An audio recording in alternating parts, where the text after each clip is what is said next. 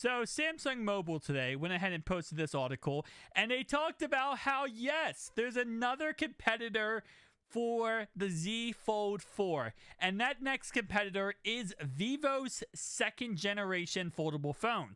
Their first generation, when it came out, was said to be everything you ever wanted in a foldable phone. It was specced out. It was pretty much if you could take the perfect foldable phones and put them together and spec everything perfect, that is what you're getting with this phone. Now, it is of course going to be Vivo is a sister company of Oppo. So when Oppo comes out with the X2, they also are coming out with their X Fold Plus.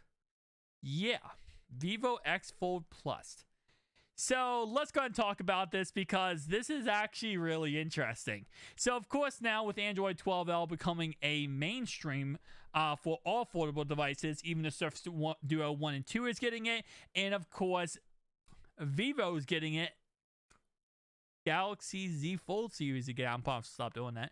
And of course, we also have Oppo who is getting it.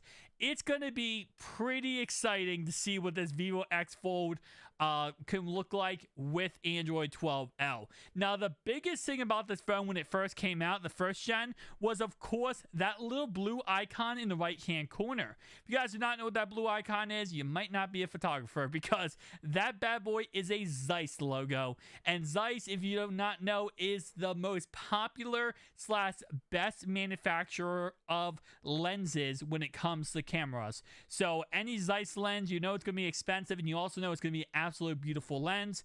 And that was the biggest thing about this, was when this phone came out, listen, you're going to get a Zeiss lens. You're also going to get an amazing camera in general, and then you're going to get everything else you liked about foldable smartphones in this smartphone. Waterproofness, NFC, wireless charging, you name it, it has it. Now, of course, it did have an expensive price tag, but that kind of just makes sense. So it says right here that Vivo X Fold Plus has a 50 megapixel primary sensor, similar to the Galaxy Z Fold 4. However, it has a 48 megapixel ultra wide and a 12 megapixel 2x zoom and an 8 megapixel 5x periscope zoom, including instead of one of the Galaxy Z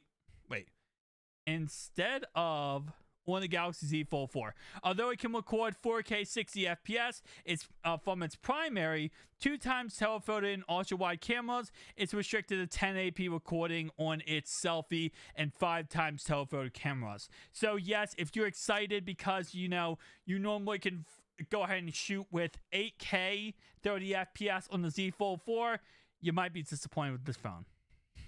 I'm joking. It, of course, is going to be running Android 12L. It will go ahead and have Wi-Fi 6, Bluetooth 5.2, NFC, GPS, USB. Again, like I said, everything possible you want on this phone. The only difference is it is a 4730 megapixel battery, which, of course, is very similar to the Z Fold 4. But I can't wait to see foldable phones hit the 5,000 mark. The Z Fold 4 has a 4400 milliamp battery, and it's going to go ahead. It also charges much faster and can be fully charged in 35 minutes. Now, the reason why this is the case is because we talked about in a separate video, but the Samsung batteries cannot be super fast charging. So a lot of phones nowadays are super fast charging, and they're really pushing the limits to a point where some phone manufacturers are being able to charge a phone from 0 to 100 in 15 minutes or less. And that is absolutely crazy. But the issue with that, of course, now perfects itself on the battery. And a lot of Samsung phones, the Z Fold 2 and other Samsung phones, after a year or two, their batteries are actually expanding and breaking the phones. That's without the super fast charging, guys. Imagine if you had super fast charging. Samsung has been known to stay away from super fast charging, and there might be a reason why. They simply cannot do it with the batteries they use. So this is actually not surprising. It charges faster than Samsung's because Samsung has already had issues with this. Of course, nonetheless, though, it says say right here, it will have a bigger screen, better camera hardware, better fingerprint reader setup, a bigger battery, and faster charging.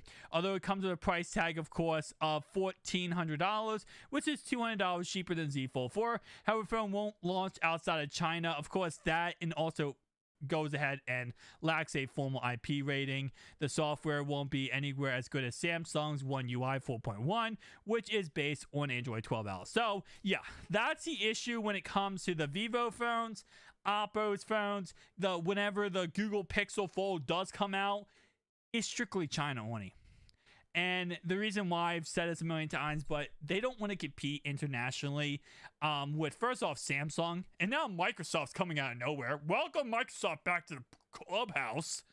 But they don't want to compete internationally with these companies. And also, it's the shipping charges. I mean, Vivo and Oppo are getting bigger when it comes to company size, but it takes a lot to ship internationally, especially because you have to have a demand to ship internationally. And the thing about Samsung is obviously they're out of South Korea and they can do, whatever. They have enough money to kind of go back and forth, take losses here and there. Some of these smaller companies simply do not.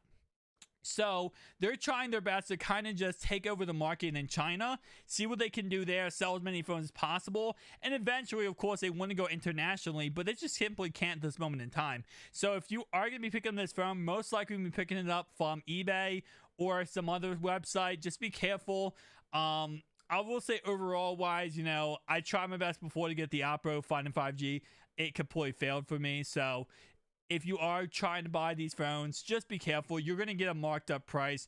It's $1,400 retail MSRP. You're probably going to get this phone for like $1,700, $1,800, which is very similar to what the Z Fold 4 is.